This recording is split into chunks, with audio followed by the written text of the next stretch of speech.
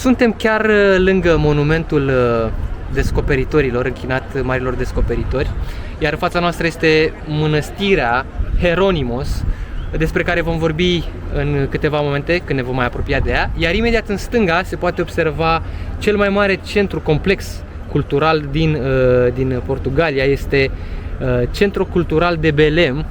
Aici adăpostește o multitudine de expoziții, undeva, numai suprafața asta pentru expoziție e undeva de 7000 de metri pătrați, iar întreaga suprafață e de 140.000 de metri pătrați pentru acest complex, care e împărțit practic în trei spații.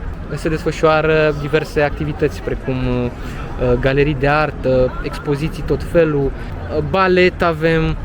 E un centru complex cu o multitudine de activități culturale.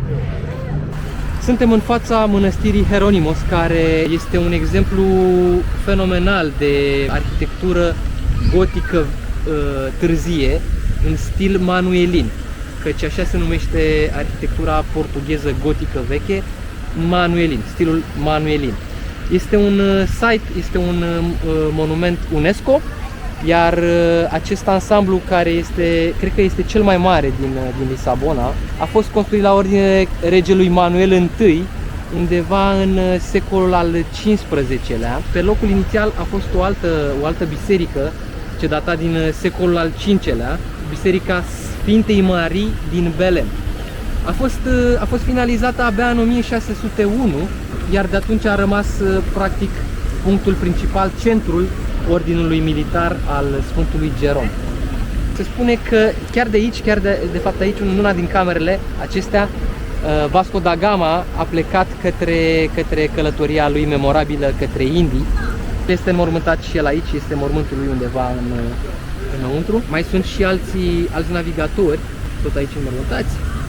Se văd într-adevăr aceste detalii ale stilului manuelin, motive manueline, chiar pe portalul principal, cred că undeva în dreapta a filmat deja, precum și alte motive europene, islamice și din zona de est, tradiționale de est.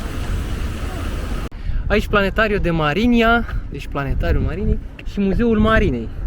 Suntem în piațeta, practic, iar în față e un portal care noi am crezut inițial că duce în biserică, dar cred că este componenta muzeului, după cum și scrie, Muzeul de Marinia. Ce să faci cu atâta biserică? Na, probabil de-aia au și adăugat partea asta de Muzeu de Marină, tot în unul din corpurile astea ale bisericii. Zilele noastre, na, nu-ți mai trebuie atâta biserică. Probabil zona de biserică e ce vedem în față acolo. Cred că e unde e o coadă uriașă și era și mai mare când am ajuns noi în zonă.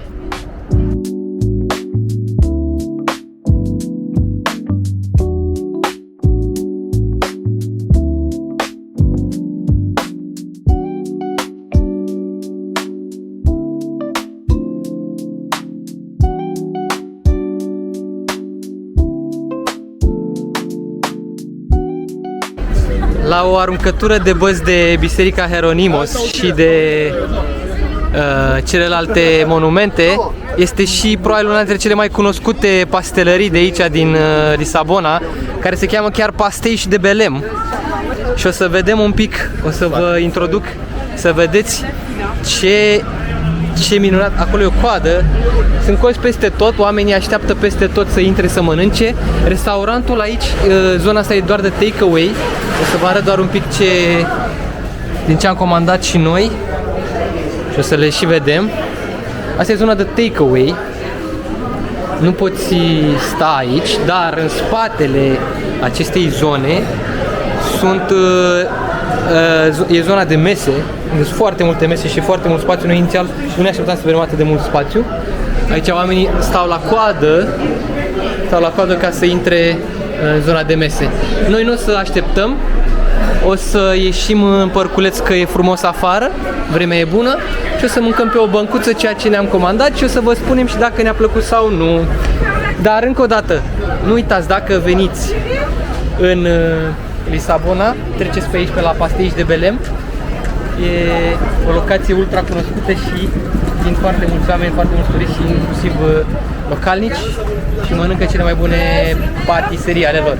Hai să vedem cât de bune sunt astea ale noastre. Pe lângă Plopii fără soț, adesea am trecut, ne cunoșteau vecinii toți, tu cu mine n-ai vrut să mergi la un suc.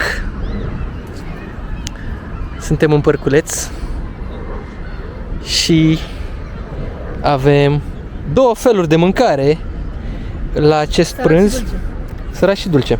Și o să începem cu dulcele, nu? Clar, întotdeauna. Bineînțeles, o să începem cu dulce înainte de masă. Corect. Hai să vedem ce ne prezinți aici. Aici avem un fel de sandwich care este făcut dintr-un aluat de foietaj. Practic sunt două bucăți de aluat de foietaj și în interior brânză, chestii de sandwich.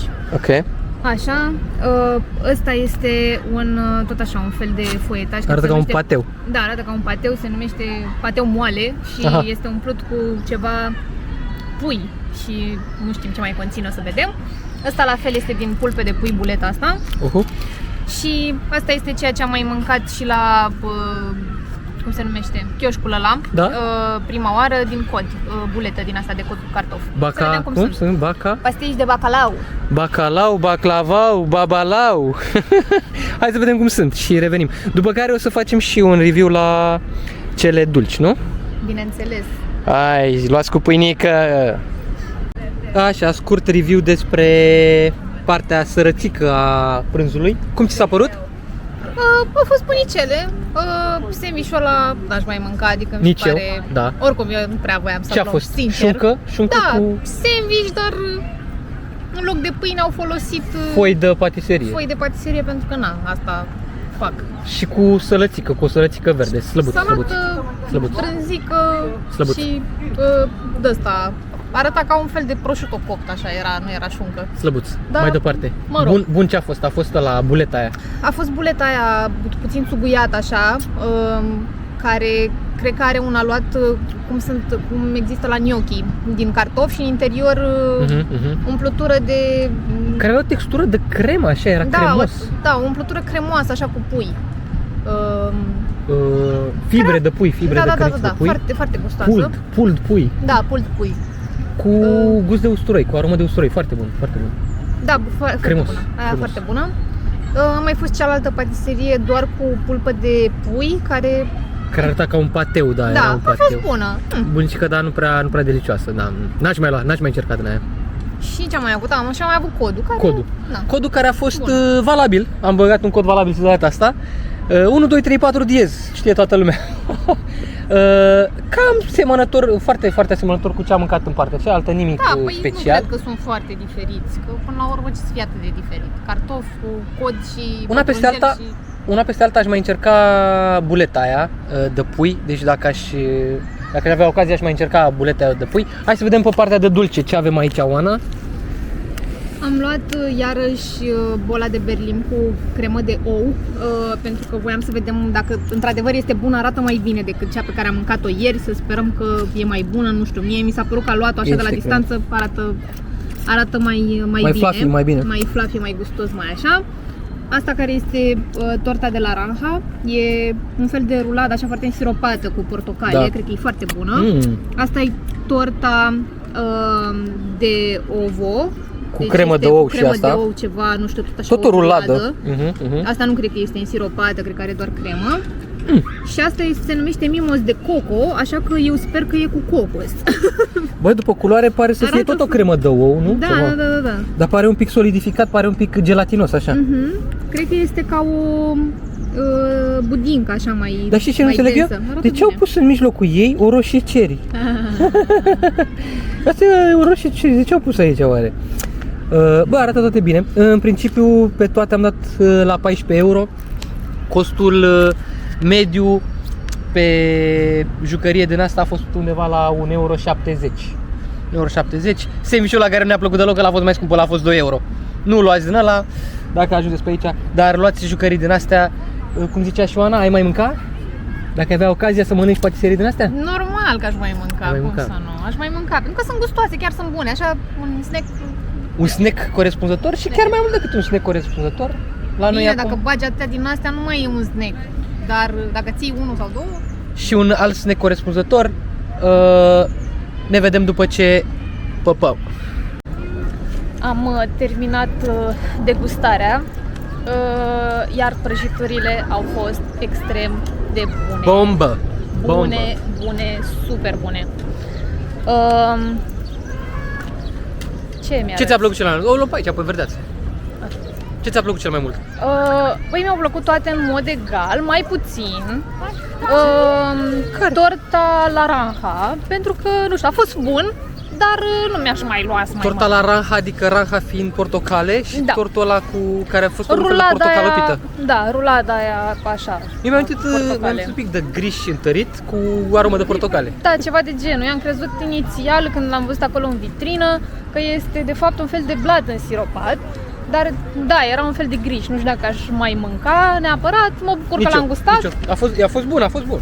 Ai zis că e specific lor pentru Da, Crăciun. mănâncă de Crăciun din asta. Bun, dar n-aș mai mânca, dar celelalte trei, vai de viața mea. Care ți-a părut cel mai șmecher dintre celelalte trei? Deci, Aia mică, mimoza aia sau ceva. da, mimo de coco, vai de viața Mimoza mea, de aș coco. putea să mănânc super multe. E foarte dulce, adică nu știu cât de super multe poți mânca. Un blat subțire de cocos, să-ți de vină rău. fulgi de cocos, cred că cu cremă de ou.